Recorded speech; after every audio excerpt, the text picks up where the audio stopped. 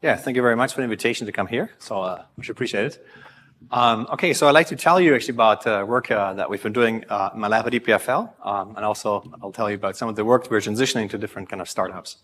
And so I'd like to tell you really about what I like to call next generation integrated photonics. And so what I'd like to start out first with is that what is kind of remarkable is that when the laser was invented in 1960, it was called a solution looking for a problem. And I think we all agree today that the use and manipulation of coherent laser lights has given remarkable kind of tools to various technologies that cover LiDAR, optical clocks, OCT, chemical sensing. In fact, lasers have been used actually more than 50 Nobel Prizes, and also the one actually last year for attosecond physics. But one aspect actually is striking, and here the plenary speaker, Roel Bates, really gave a very nice impetus this morning. When you think about many technologies we see, some technologies cannot be integrated. It's hard to imagine like a laser for welding being chip scale. And there's no need for that laser to be chip scale. But still, numerous kind of technologies could be integrated on chip, okay? But today, they're mostly assembled still by hand. So if you look into legacy laser system, be it fiber lasers, be it external cavity grating-based lasers, you still use actually elements, okay, that have not changed since the invention of the laser. And in fact, there is a huge kind of gap that exists of the most advanced lasers that are manufactured in CMOS lines. As Roel Bates pointed out this morning, you can use silicon photonics and heterogeneous integration to really create lasers by the millions on a silicon wafer. But in fact, there's a huge kind of gap in their performance with legacy laser systems. Legacy laser systems still dominate power, coherence, frequency, and agility. So there's a huge kind of gap that exists between the most performant lasers based on bulk components, okay, and the most compact one based on silicon photonics. And so what is a challenge, okay? Can you address and close that gap? And that gap is not only there for lasers, but you can make the same argument also for optical frequency combs or also for optical amplifiers. And where this comes from is really the challenge of achieving kind of integrated photonics that has very low loss for the coherence, okay? You need optical gain, and lots of it. You also like to operate in the visible, where there's numerous new applications, okay? For instance, in quantum science. And you also need wavelength tuning and also high power handling. And so silicon, unfortunately, is an excellent material for electronics, but has some deficiencies when it comes to optics. And those deficiencies are, it has limited band gap, so it's innate to the material, band gap of 1 eV. It's indirect band gap, so you can't make an amplifier out of it or laser. It has no Pockels effect, so you have to use either thermal heaters or the French Calvage effect, so basically free carriers to get tuning, which typically is limited in bandwidth. You have also the two-photon absorption at 1550 nanometer that allows you not to harness the kernel linearity. And what is quite non-intuitive, even the most advanced chips that you can order from foundry, like TSMC or GF, they still come in with losses of a dB per centimeter, and that's mostly due to the very large index of the material. Also, there's limited power handling. And so what, in order to, therefore, kind of close the gap to many of these new applications, well, my pointer here doesn't work anymore. It sounds red, okay. I have to go manual here. Okay, let's do that then. Oh, what's happening here? Skip, okay. I see there was a problem with the font. Let's go back.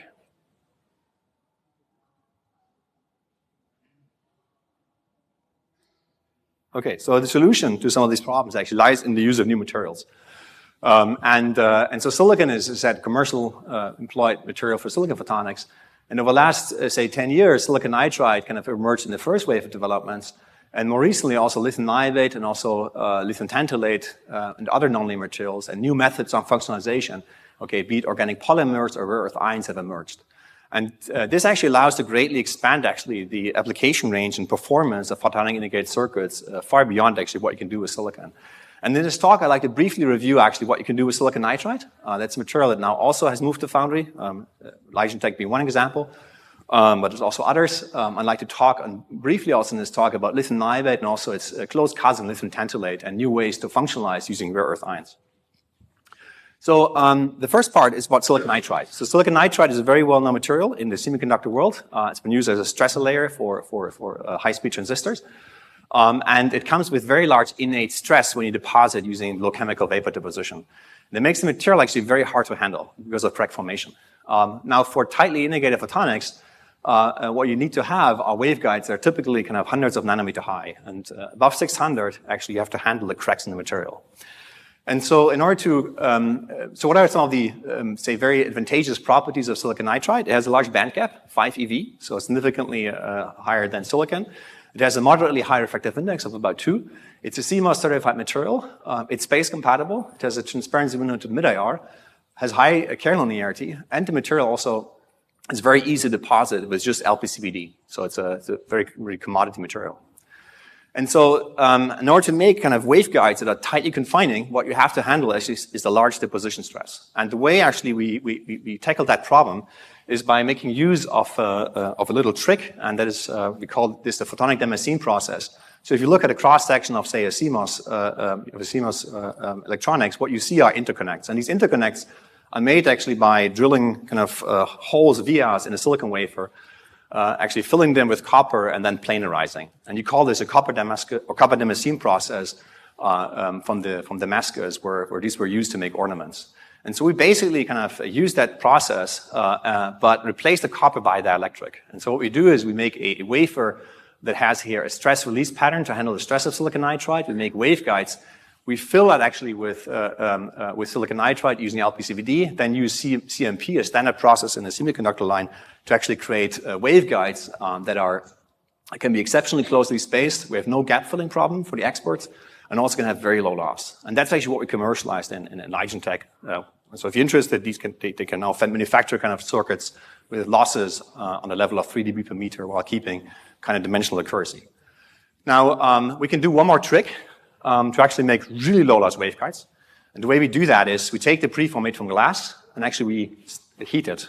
We heat it up to 1200 degrees, glass transition temperature, where you can completely take out any roughness actually that's residual to the glass preform. And then you run the entire photonic Damascene process. With this, you get waveguides with losses of about 1.4 dB per meter, reliably across like a 100 millimeter wafer. And that's actually a factor of 100 lower than what you would have typically, say, in a silicon photonics foundry run. Now, what can you do with these low loss integrated photonic circuits? In fact, there are a number of applications that we and also others have investigated. So these can be used actually to generate optical frequency combs by using the kernel linearity. Here, low loss dramatically reduces threshold. You can also create frequency agile lasers by endowing them with piezoelectric actuators. And here, the loss really drive down actually the coherence of the laser. So you can make lasers with line width that basically challenges fiber lasers. You can make traveling wave optical parametric amplifiers, so where you just use the nonlinearity of silicon nitride to amplify broadband actually a signal. You can also endow the material actually with other functionality, be it lithium niobate for bonding or erbium actually for making erbium lasers or amplifiers. And so I'd like to very briefly actually outline some of these examples. So optical comb generation. So this was basically the trigger point for silicon nitride. In fact, the material silicon nitride really is ideal for accessing the kernel linearity due to the absence of TPA. And so optical combs, I probably won't introduce very much. Let's say that they are really an extremely useful tool because they connect actually the microwave frequency domain with the optical domain in a bidirectional fashion. So you can make optical atomic clocks, or also you can use it for optical frequency division or frequency synthesis. And these have traditionally relied really on femtosecond fiber lasers. And so microcombs allow to kind of miniaturize these devices. And what you use here is just the nonlinearity of the cavity itself. So if you pump a microresonator with high Q, and this is some early work where we discovered this process that's now almost 20 years ago. This was done actually in these kind of glass resonators. And what happens here is that you have a parametric process, okay, that converts a continuous wave pump laser into a pair of photons here via this kernel linearity. And this process is typically very weak, so it's hard to access, in particular hard to access with continuous wave lasers. But what you can do is actually you can, by having a very high Q, you can reduce the threshold in this quadratic fashion. So a high Q resonator can actually allow you to access that process by just a few hundreds of microwatts. This process can cascade and give rise to a broadband optical frequency comb, and thereby provides a way to synthesize a completely irregular grid of optical laser lines directly from a chip scale device. So what you can also access is not just optical combs, but also pulse formation. It's related to another piece of physics I won't introduce in detail, but only kind of describe at a very high level here. In fact, these lasers or these microresonators, when you drive them with a strong continuous wave laser, What they give rise to is pattern formation. In fact, this four-wave mixing that happens in the cavity can be extremely complex and give rise to actually many, many mixing products that do not form an optical comb.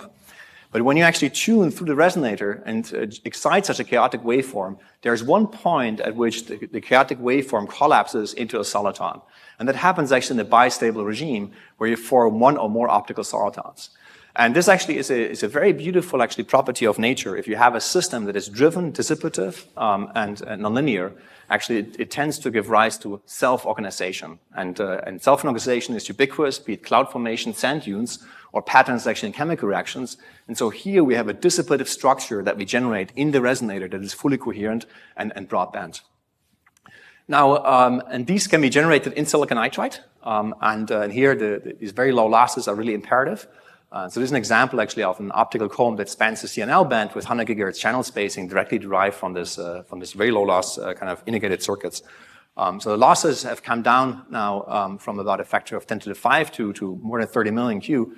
So you can now generate these microchromes with just a few milliwatts of power. Now the application of the microchrome has been explored extensively by us and also collaborators and many people in the field.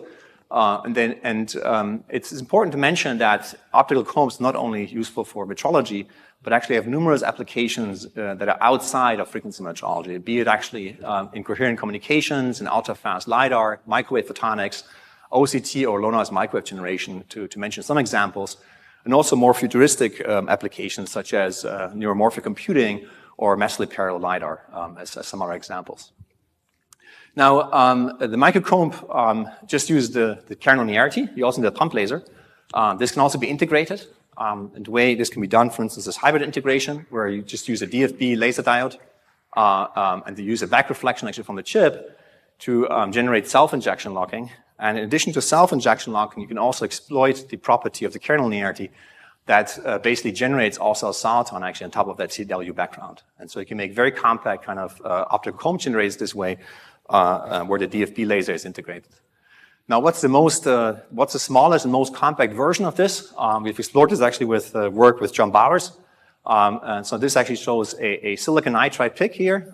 It shows also a silicon interposer, and then actually 3 fives that are heterogeneously integrated on the silicon wafer. And this device also generates a comb, here again with the spacing here of about 100 gigahertz. And this image, I think, very nicely captures kind of the potential of wafer scale technologies.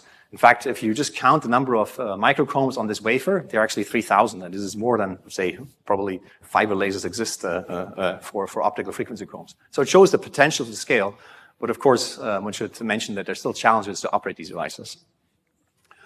Now, I'd like to now change gear and tell you about other applications beyond nonlinearity that you can explore. One of these applications actually is erbium. So rare earth amplifiers are really the workhorse of optical communications. Their invention has been revolutionary. The internet would not exist without EDFAs replacing electrical kind of repeaters. It was first demonstrated really here in 1986 by the work of Payne, Desavere, and Giles. Now, what are the key aspects of erbium? It has, as I said, it has a long lifetime, so you have negligible interchannel crosstalk. You can actually amplify data streams with it. It's a temperature-insensitive gain medium, which is also important.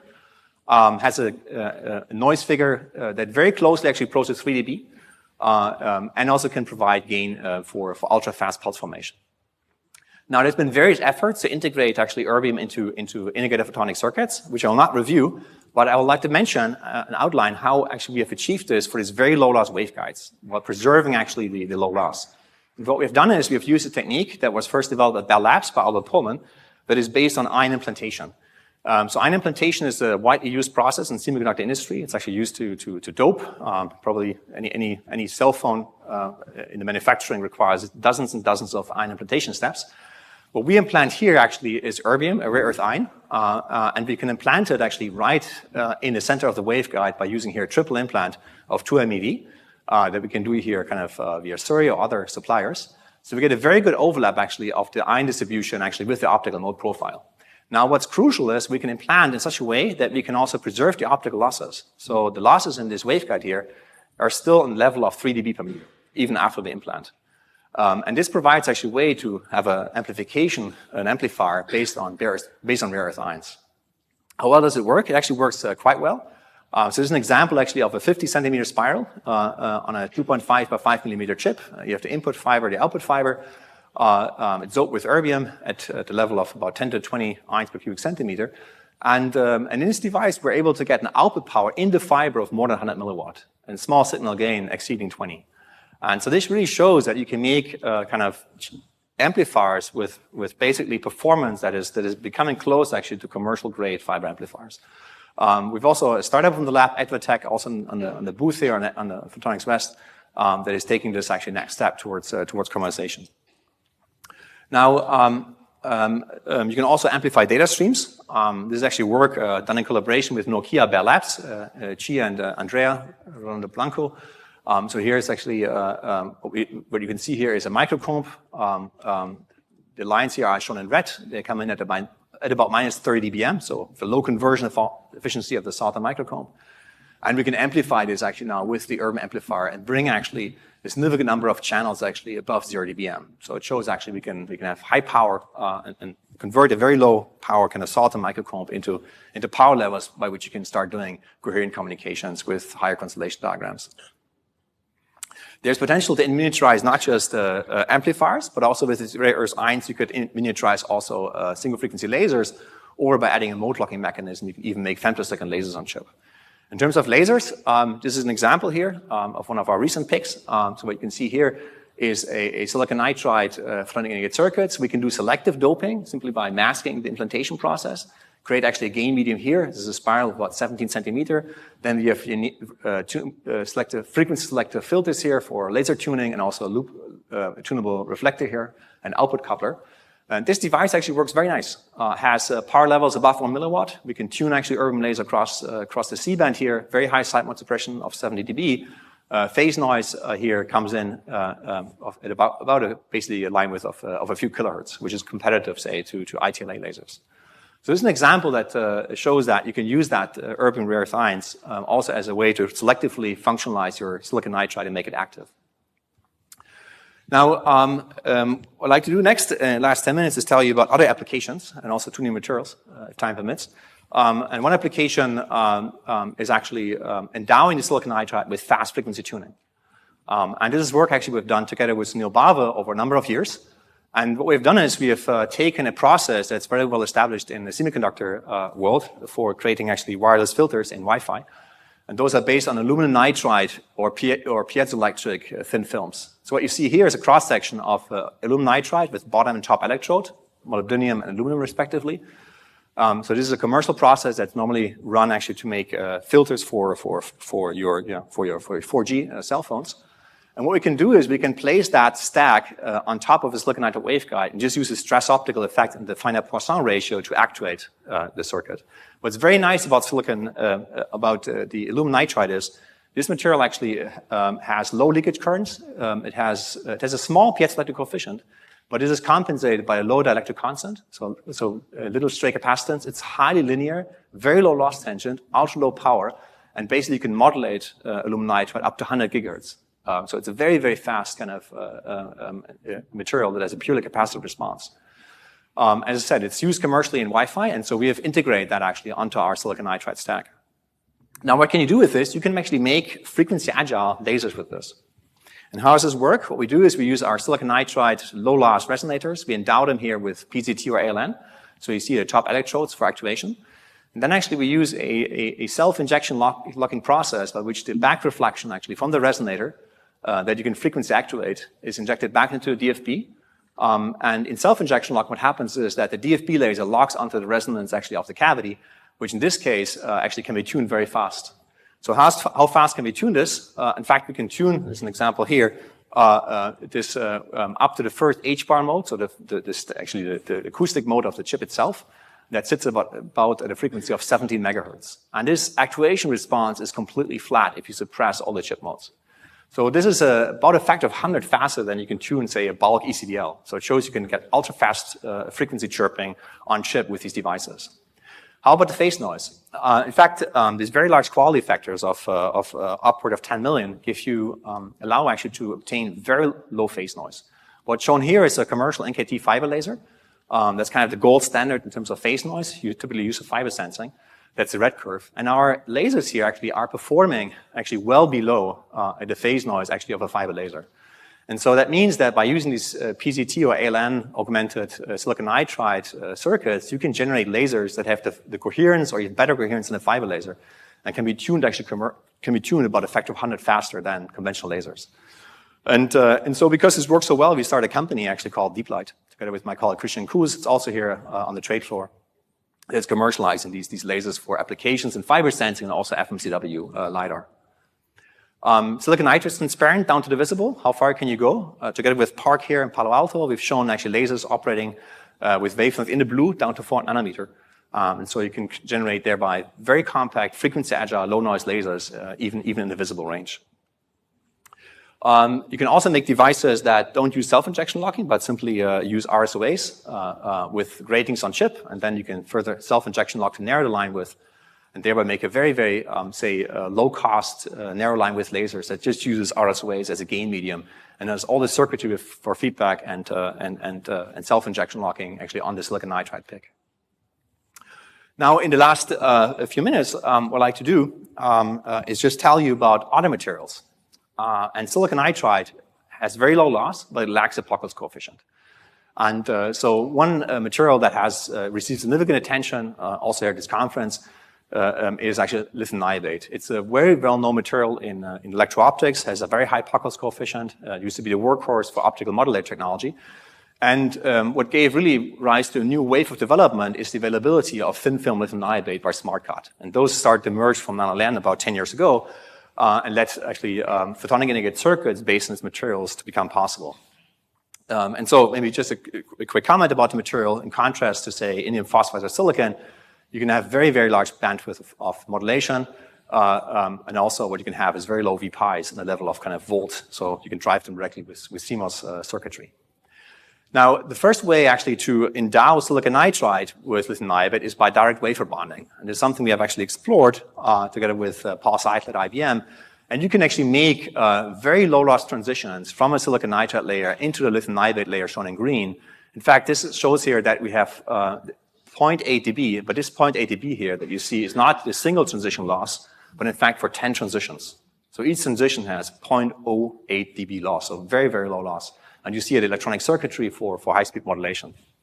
So this is one way to do direct wafer bonding, but comes with additional complications, in particular that it's quite very challenging to bond on a prefabricated PIC. And so it would be much more attractive to directly etch the material. And this you can do. This has been shown by many others, I think starting with Marco Loncar's group at Harvard in 2018. But most groups have always fabricated rich waveguides. And the reason they have done so is twofold. But one reason is that it's very hard to etch lithium niobate. It's a very inert material. That means if you start etching it, okay, typically what you suffer is mask erosion. And that's why most etching that has been done is only a few 100 nanometer, 200-300 nanometer deep. It would be very attractive to generate kind of high density integrated photonic circuits similar to lithium niobate, similar to silicon nitride, directly with lithium niobate.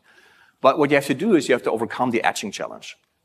This we have done, and how did we do so? We did use a material that's well known in the field of coatings. It's called diamond-like carbon. It's a protective coating using razor blades, medical devices, and other kind of automotive component or medical devices.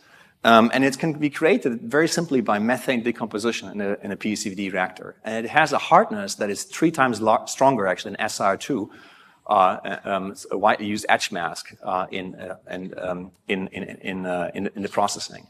And with this material, in fact, we can generate tightly confining lithium niobate waveguides with very kind of straight sidewalls and also very low losses. So what kind of losses can we get? We have losses here that come down to anywhere between 5 and 10 dB per meter. Okay, so these are very low loss circuits in lithium niobate with very good dimensional accuracy by using this diamond-like carbon as our etch mask. In fact, this works so well that there's another startup company emerging from my lab called Luxtelligence. They're also here actually, Photonics West. They're commercializing access actually to lithium niobate. They just announced actually last week their first PDK with Lucida and are taping out actually PDK on this material. Now, in the last comment, why are we scientifically interested? What can you make with these very low loss lithium niobate waveguides? One thing you can make actually are really long kind of modulators. So we're planning to make modulators that are as long actually as half a meter. are operated actually at very low temperatures with superconducting electrodes. And we want to make actually modulators that can directly read out qubit signals from superconducting circuits here shown in my lab and replace conventional electronic circuitry, in particular this kind of microwave copper lines that are used for readout. So this is just an example of the unusual circuits you can generate with these low-loss lithium niobate. In the last 2 minutes, let me mention lithium niobate belongs to a class of materials called oxide perovskites. In fact, if you were to design an optical modulator today in indicator photonics, you would not choose actually lithium niobate. And the only reason lithium niobate was used historically for modulators is because titanium in diffusion works to create waveguides. But the material actually, there's another material that is very attractive. It's called lithium tantalate. Has higher optical damage thresholds. It has lower birefringence, so you don't have to worry about mode mixing in curves for curved waveguides. And the material is widely used, actually commercially, for actually future 4G and 5G SAW filters. And that actually really starts driving down the price of lithium tantalate and insulated wafers. And we've recently demonstrated that this material actually is an excellent material also for integrated photonics and benefits from these properties of lower birefringence, a similar electro-optic effect, but higher optical damage threshold. And can also be etched actually with this diamond-like carbon and does not suffer actually from mode mixing. So if you do a scan over, say, resonators, for instance, here, you start to see mode mixing in lithium niobate due to the crossing of the extraordinary and ordinary refractive index as a function of angle, and this is absent from lithium tantalate. And this material, therefore, also is actually very attractive, and we recently demonstrated in this material the first optical modulators that work high speed, more than 40 gigahertz, and I think open also very interesting opportunities actually for use in datacom. With this, I'd like to thank you for your attention. Also like to thank the organizers for recording my talk and making it online available to those that can't join. I come from Switzerland, so global warming actually is real. We can see it actually in the mountains here every year. And so recording the talks actually is much appreciated. Thank you very much.